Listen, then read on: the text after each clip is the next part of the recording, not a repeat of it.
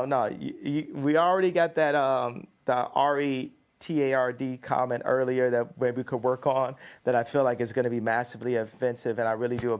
Now that one, I do apologize to people that I offended earlier in the interview on that comment. Maybe we could look at scrubbing that if we deem. Well, actually, if we'd like to.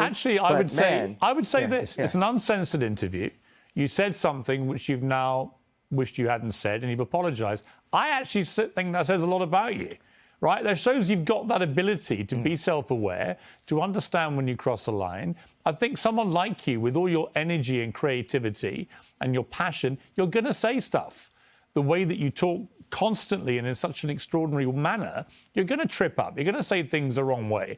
I don't think there's anything wrong in when you do that, doing what you just did and saying, look, I'm sorry, I crossed a line, I apologise. It's actually quite empowering. You know what I think? You know what I think I'll go ahead and do? I feel that I've given the platform, and I think by holding the idea of an apology hostage is not godlike. Correct. I feel like we have to free.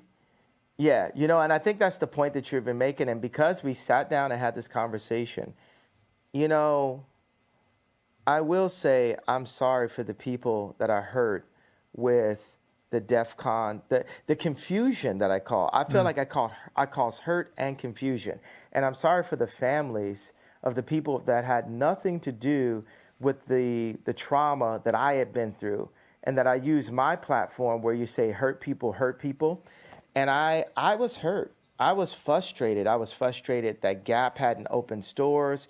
I was frustrated that I spent time with a gentleman who I love him, his wife, his kids, David Simon, and to open stores. And then he called Bob Martin at Gap and said, I'm not going to open the stores.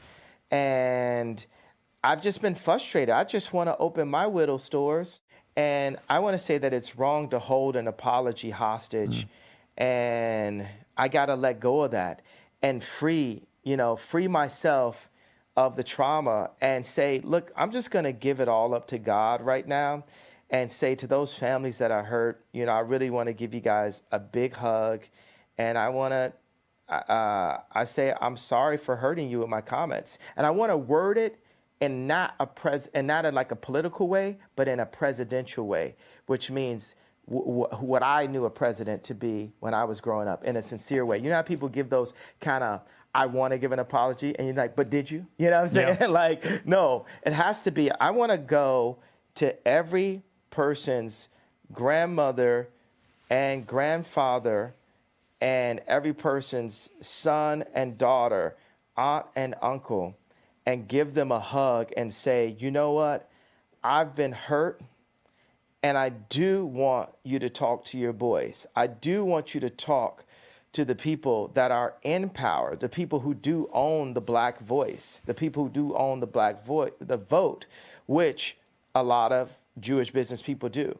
And I want to be able to sit at the table with the contracts. I want my people to sit at the table with the contracts. I do want all of this, but I'm not going to hold my apology hostage till I get that. I'm going to start by taking accountability for my actions and the lack of sophistication in my wording. Like I said, I was sleepy, and it was taken in a way that I didn't mean to be taken. It definitely caused some attention. But I don't want the conversation to go away just because I came to you guys and said, I understand how I hurt you, and I'm sorry for the pain that I've caused and the confusion that I caused. Now, that is said, right? But I don't want the conversation to go away that we are still in a place where these contracts are still up. My people are still getting screwed. This has to be opened up.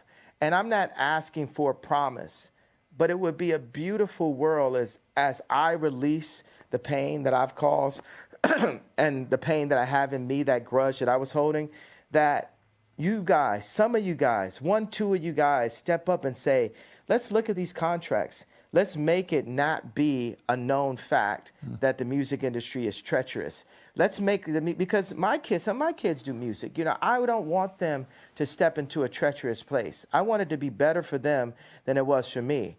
So I want us to sit down and come together and really work on that. Would that make sense to you, Pierce? You know what, Ye? If you'd simply said that in your tweet, I don't think there would have been any problem. And I'm very, very pleased, actually, that we've got to a place where you felt able to say that. And I think it was sincere. And but we still have a problem. That's my point. No, Pierce. I get it. But what you've now done, you've now explained the context of the problem. And you also issued a sincere apology to people who were rightly offended by the way you phrased what you said. So I think that's a good place to finish the interview. And I'm very glad you got there. Okay, but it's not finished. I understand. The idea is not finished. I understand. That there's still a problem. I understand. No one's going to be in any doubt there's a problem. And by the way, I'm sure there is. I'm sure that a lot of the contracts in the music business are rigged against people like artists like yourself. I'm sure of it.